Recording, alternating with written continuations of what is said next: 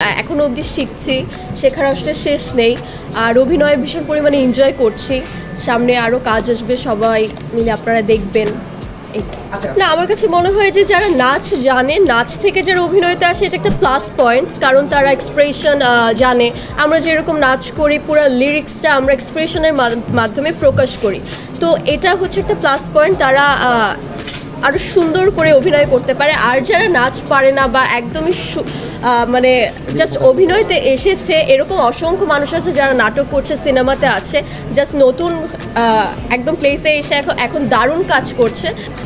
কারণ যেহেতু আমি নৃত্যশিল্পী, যে কোনো টাইপের নাচ আমি করতে পারি। সো আমার এটা একটা আক্ষেপের জায়গা থেকে বলতে পারি, বা আক্ষেপের জায়গা না, কেবল তো আমি শুরু করেছি, মাত্র 2টো সিনেমা করলাম।